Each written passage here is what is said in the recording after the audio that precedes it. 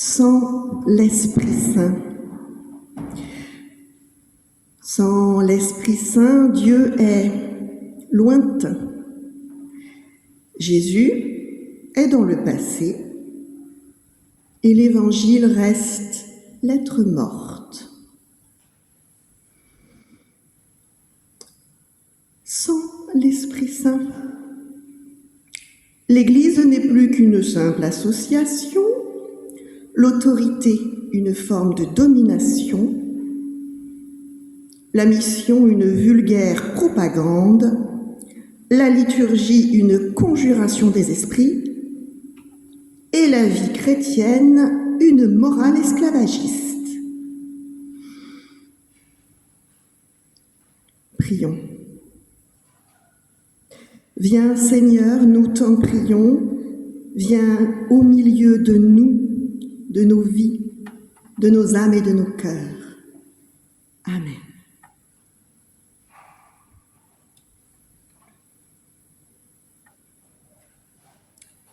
Première lecture dans le livre du Deutéronome. Les textes du jour nous prévoyaient toute la fin du chapitre 10 et le premier verset du chapitre 11. J'ai fait une petite sélection. Moïse dit « Et maintenant, Israélites, qu'est-ce que le Seigneur, votre Dieu, attend de vous? Il attend seulement que vous le respectiez en faisant sa volonté, en l'aimant et en le servant de tout votre cœur et de tout votre être. Il vous demande d'obéir à ses commandements et à ses lois. Je vous les donne aujourd'hui pour que vous soyez heureux. Oui, le Seigneur, votre Dieu, est le maître du ciel immense, de la terre et de tout ce qu'elle contient. Il est le Dieu grand, puissant et terrible. Il ne fait pas de différence entre les gens. Il ne se laisse pas acheter par des cadeaux. Il prend la défense des orphelins et des veuves. Il montre son amour pour les étrangers installés chez vous, en leur donnant de la nourriture et des vêtements. Vous aussi, aimez donc les étrangers, car vous avez été des étrangers en Égypte. Moïse dit « Aimez le Seigneur votre Dieu, obéissez chaque jour à ce qu'il vous dit, à ses lois, à ses règles et à ses commandements. » Toujours dans les textes du jour, dans la deuxième épître à Timothée, au chapitre 4, là aussi une sélection. J'ai combattu le beau combat. J'ai fini ma course, j'ai gardé la foi. Tâche de venir me rejoindre très vite. En effet, Démas m'a abandonné parce qu'il aime trop les choses de cette terre. Il est parti à Thessalonique. Crescence est parti en Galatie et Tite en Dalmatie. Seul Luc est avec moi. Prends Marc et amène-le avec toi. Il m'est très utile pour le service de Dieu. J'ai envoyé Tychik à Éphèse. Quand tu viendras, apporte le vêtement que j'ai laissé à Troas chez Carpos. Apporte aussi les livres, surtout les parchemins.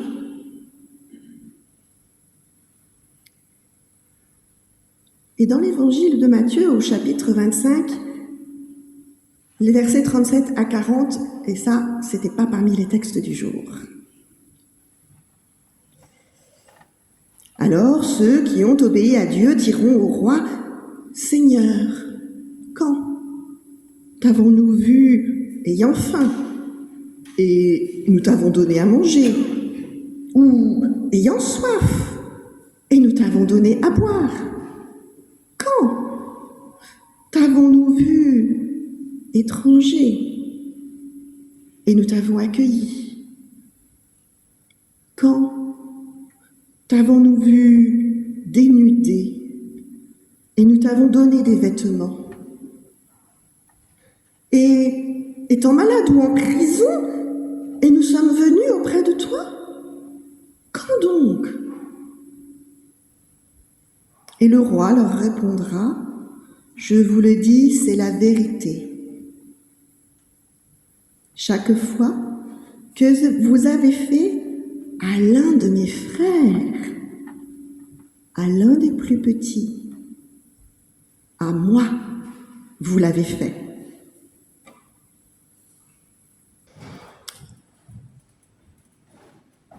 Je vais vous emmener dans mon petit chemin dans ces textes bibliques.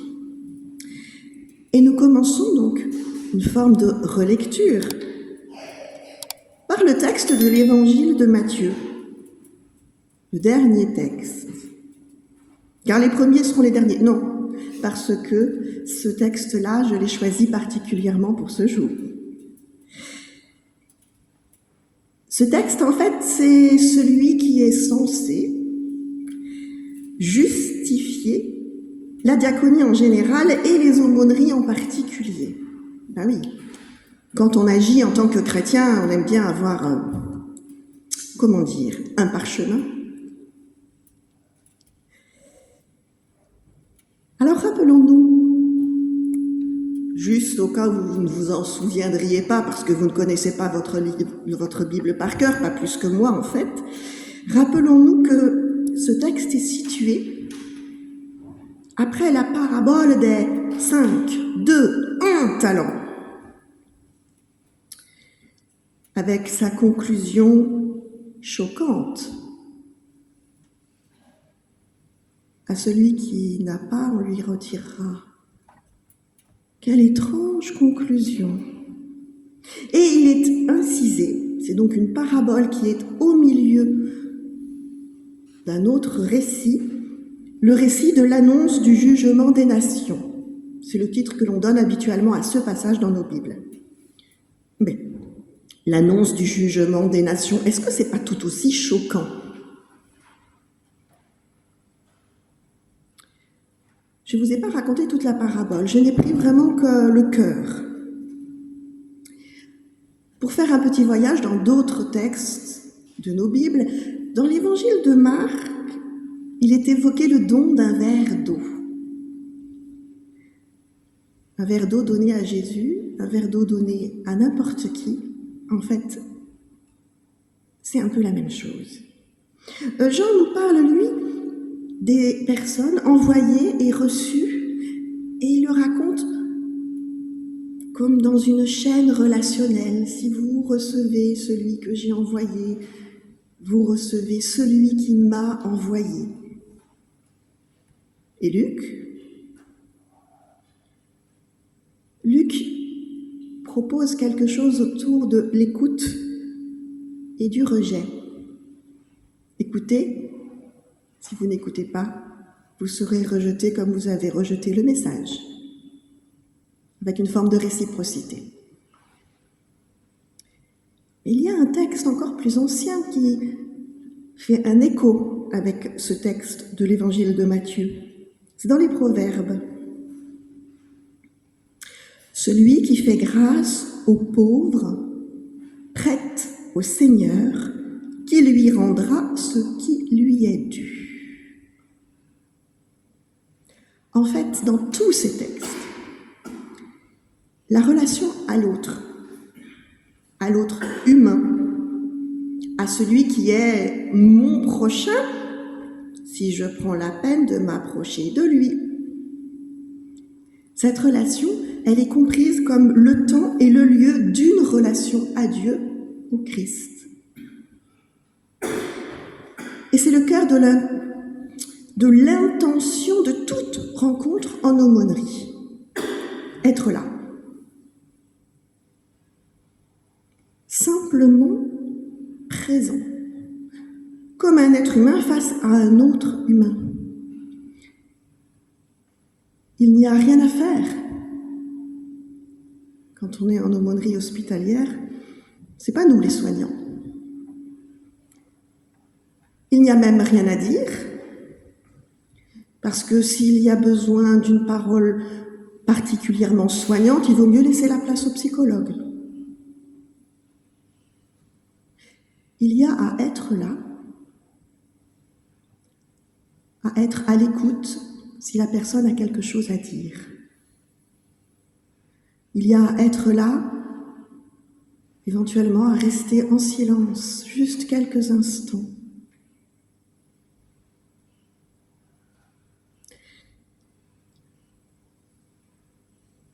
Alors le texte de Matthieu évoque en fait 4 lieux possibles de présence.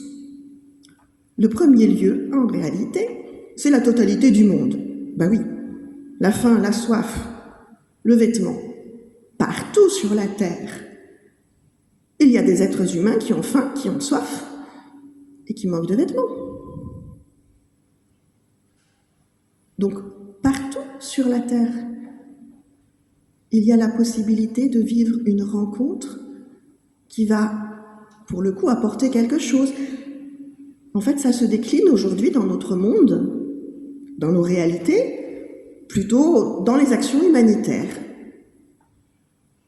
Et là, pour le coup, c'est pas une question de confession, c'est une question de mise en action.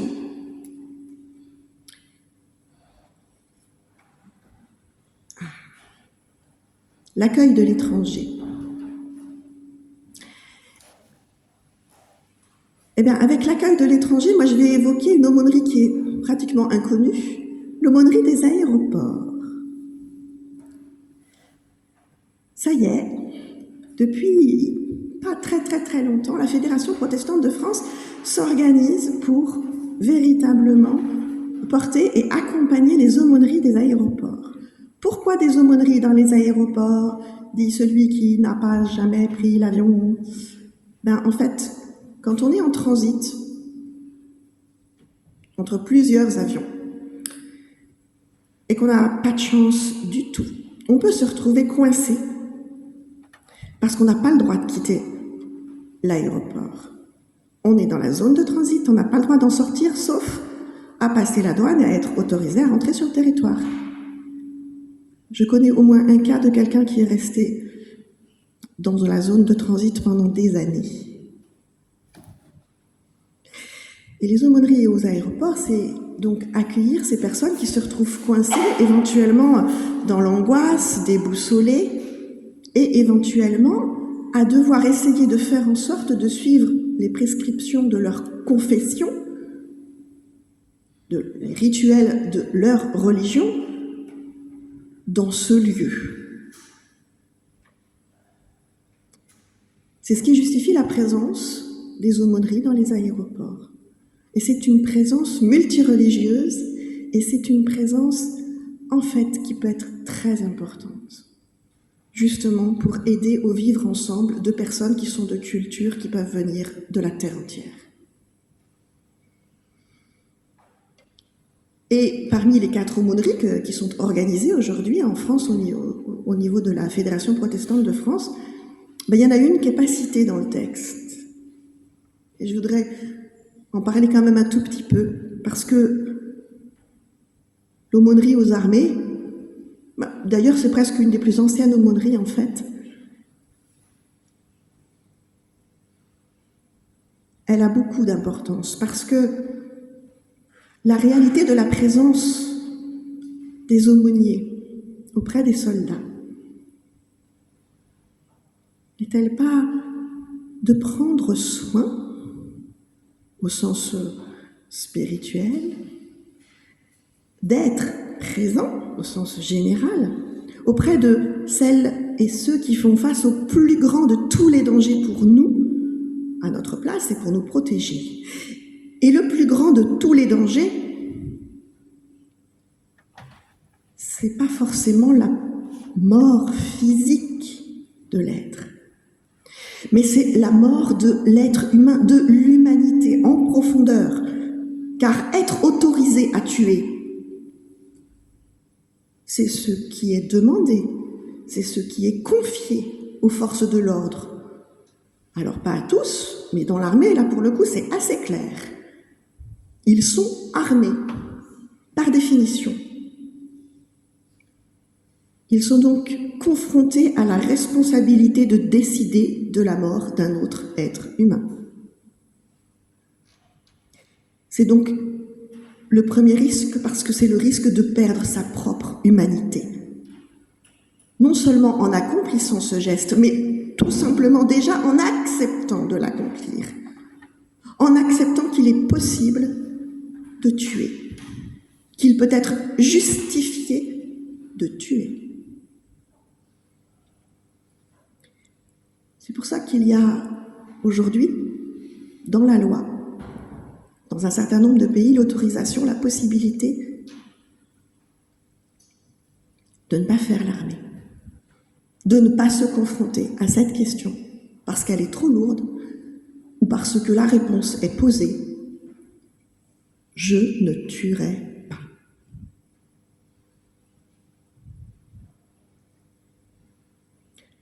Entre nous soit dit, cette responsabilité, en fait, elle existe aussi dans le domaine du soin. Rappelez-vous cette période terrible du premier Covid, où il y a des soignants qui ont dû décider, celui-ci, on le met en réa, celui-là, non.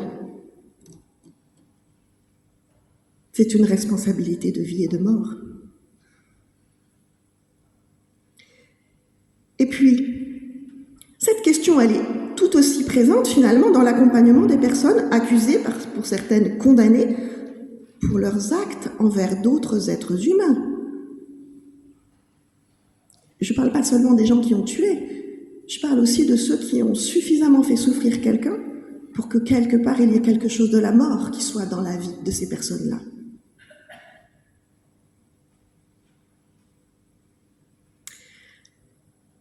Alors revenons à ce deuxième épître de Paul à Timothée. Dans ce petit extrait dont les commentateurs nous affirment qu'il s'agit des mots de Paul lui-même qu'il a dictés au rédacteur. J'ai choisi les versets vraiment où ça peut ressembler à nos lettres à nous. Enfin, pour ceux qui écrivent encore, bien sûr. Quand nous donnons des nouvelles, on le dit avec des mots simples, il se passe ceci, il se passe cela, raconter une tranche de vie. Et dans ce petit passage, Paul raconte la fatigue, la solitude, quand il parle de ceux qui l'ont abandonné, de ceux qui ont abandonné la foi même. Il y a même quelque chose de l'ordre de la rancune. Je vous ai épargné les 2-3 phrases qui sont les plus dures. Et dans ce petit passage, il y a un mot qui résonne très fort à mon oreille, c'est le mot « vêtement », parfois traduit « manteau ». Ah, la place des manteaux dans la Bible. Des manteaux d'opprobre jetés sur les épaules fatiguées des prophètes. Des manteaux de honte pour les rois infidèles.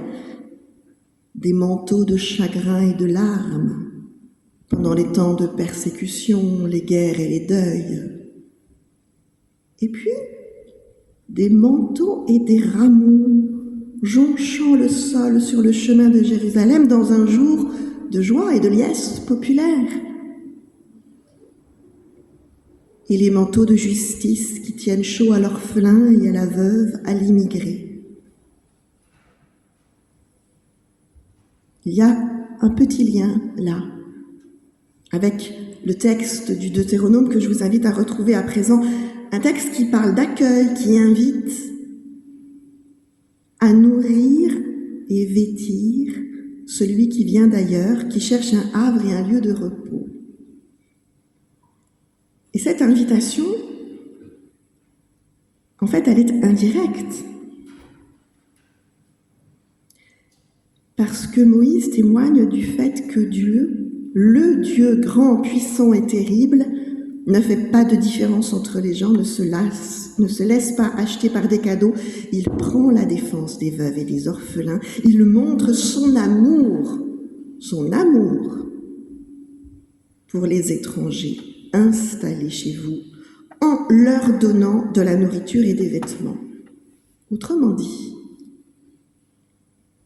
quand bien même nous prenons part à ces dons, il s'agit d'abord de la volonté de Dieu que ces dons soient faits.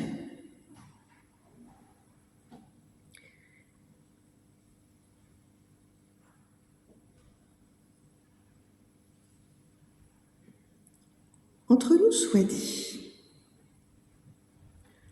aucun être humain sur cette terre ne peut affirmer, sans se tromper, que parmi ses ancêtres, il n'y a pas un homme ou une femme venus d'ailleurs.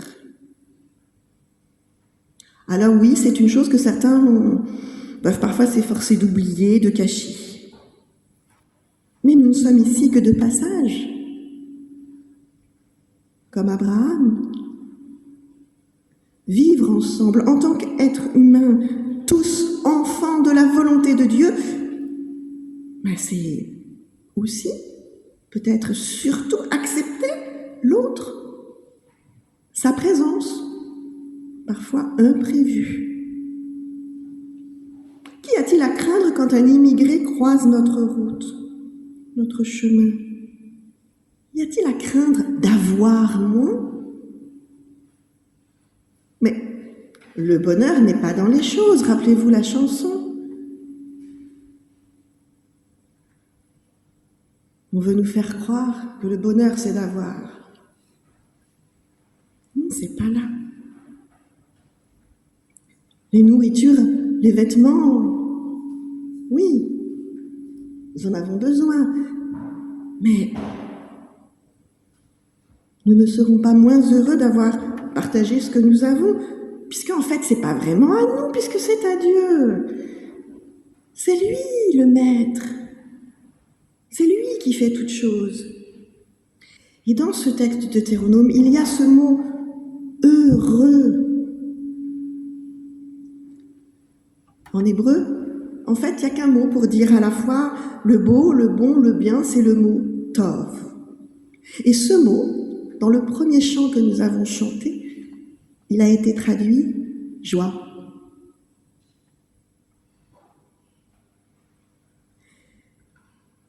Je vous propose de réécouter la petite phrase qui, d'après le texte, est prononcée par Moïse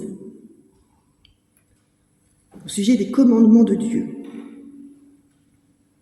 Et donc, en ajoutant, je le précise, ce que je vous propose comme éclairage pour comprendre ce texte.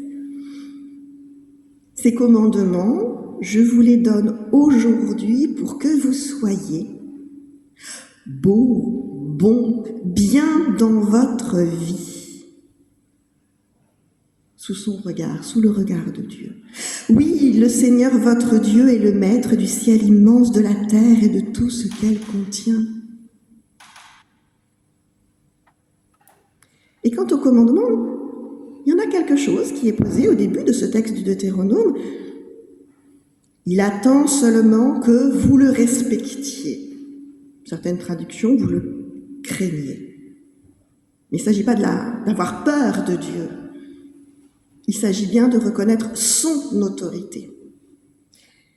Et donc, le respecter, alors, en faisant sa volonté. Donc, pour respecter Dieu, il y a des choses à faire. En l'aimant, il y a à cultiver une relation d'affection. Et en le servant. Là aussi, il y a des choses à faire pour lui. Et la particularité de tout cela, c'est qu'il s'agit de le faire de tout votre cœur et de tout votre être. Cette injonction donc que Moïse prononce, elle vient donc de celui qui est juste devant Dieu. Un de ceux dont il est dit dans nos textes bibliques qu'il est juste devant Dieu. Cette injonction, elle vient de celui qui a accompagné le peuple hébreu dans ses 40 années de pérégrination. Et là, je vous propose de prendre une question pour vous-même. Qui est votre Moïse? Celui qui vous parle du respect de Dieu dans votre faire, votre amour et votre service. Qui sont pour vous ceux qui invitent et qui aident à réaliser tout cela de tout votre cœur et de tout votre être. Et pour moi, il y a là quelque chose de très précieux pour parler de l'aumônerie, car la réalité de toute aumônerie, c'est d'être présent, non pas seul, mais en étant en lien avec des communautés, avec des accompagnateurs, des accompagnatrices, avec une équipe d'aumônerie, un aumônier ou plusieurs si c'est possible, et des auxiliaires, des bénévoles. En étant en lien avec toutes celles et tous ceux qui transmettent leur propre bonne, belle et bénéfique volonté à accomplir la volonté de Dieu pour tous les êtres humains. La première chose que Dieu a décidé finalement vis-à-vis des êtres humains, c'est que ce sont des êtres humains. Ça semble une évidence, mais c'est pas toujours évident. S'il avait voulu qu'on soit tous pareils, il nous aurait fait tous pareils, parce qu'ils sont embêtés. Et là, je fais le lien avec cette fameuse parabole des talents. Vous savez, en français comme en grec, talent, ça peut vouloir dire plusieurs choses. Il ne s'agit pas que tout le monde devienne aumônier ou auxiliaire de l'aumônerie, mais il s'agit par contre qu'au moins tous les chrétiens se sentent concernés par le fait que l'aumônerie prend part à la réalisation de la volonté de Dieu pour que les êtres humains soient des êtres humains.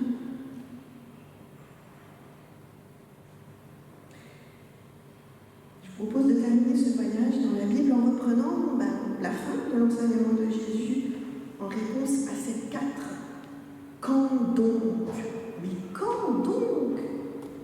Ah oui, après tout.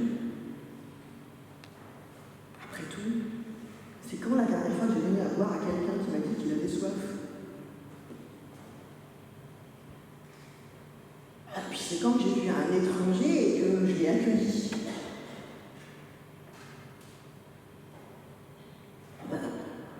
Quand est-ce que je suis venue auprès de quelqu'un qui était malade? Bon, alors moi, c'est régulier, hein. J'aime. Et puis, quand est-ce que je suis allée auprès de quelqu'un qui était en prison? Moi, jamais.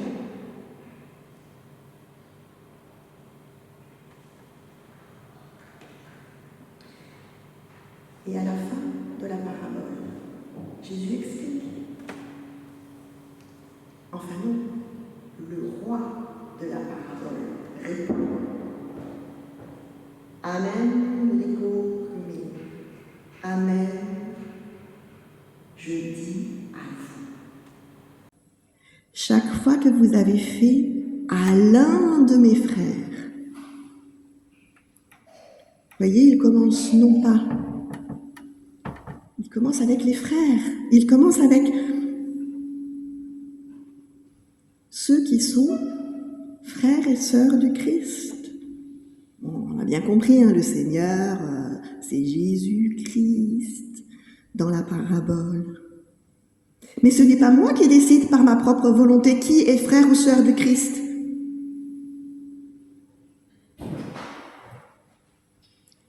Mais il se trouve que sur mon chemin, je peux en croiser. Et c'est seulement ensuite qu'il est précisé, chaque fois que vous avez fait à l'un de mes frères, à l'un des plus petits.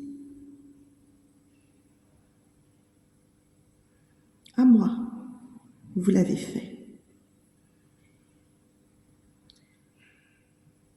Alors, je n'ai que 50 et quelques années, j'ai encore un peu de temps à me faire une expérience de vie, mais il me semble que j'ai cru comprendre que, en fait, chacun, chacune est le plus petit d'un autre.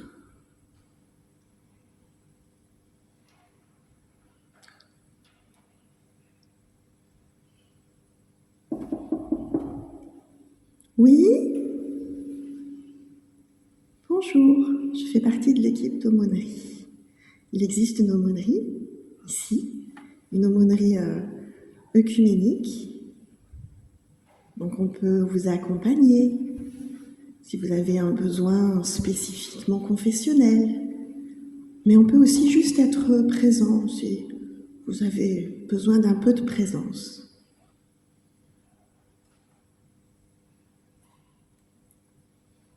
Savez-vous que quand je fais ça, c'est pas l'autre le plus petit, c'est moi, parce que c'est lui qui m'accueille dans sa chambre d'hôpital.